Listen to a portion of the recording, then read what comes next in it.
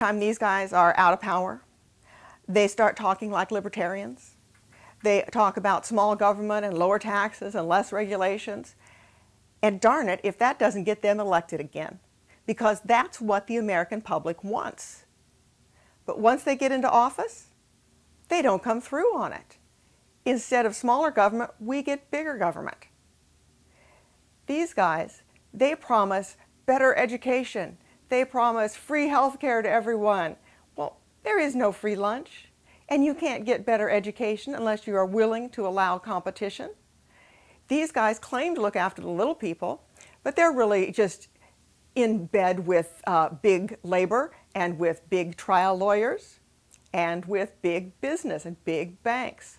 These guys are always said to be about big business, and they are. But both of these old parties are beholden to big business. Neither one looks after small business.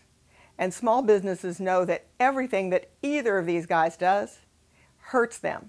Whether it's a tax increase, whether it's a new regulation, whether it's, like they've done in Indiana, a nice little employee development tax that you have to pay even if you only have one employee.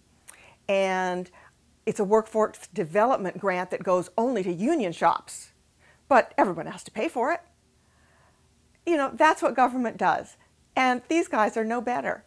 They pass every regulation they pass is more costly for small business to put into place and to follow than it is for big business. And it puts small businesses out of business.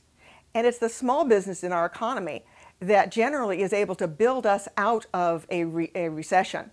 That's not happening right now because of the policies of the Democrats and the Republicans. Small business is terrified to add an employee, to add to their business.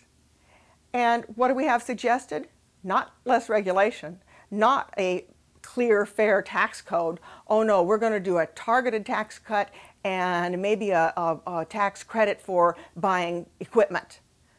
Well, when you do that through government, all you get is a misallocation of resources. That business that might be buying a piece of equipment that it doesn't really need, but it can get the money to do that, whereas it can't get money to do something else. So it's really a bad idea to have these kind of things coming through government. And neither one has a clue that the free market doesn't need government to do anything but lay the groundwork of the rule of law, respecting property rights, and actually enforcing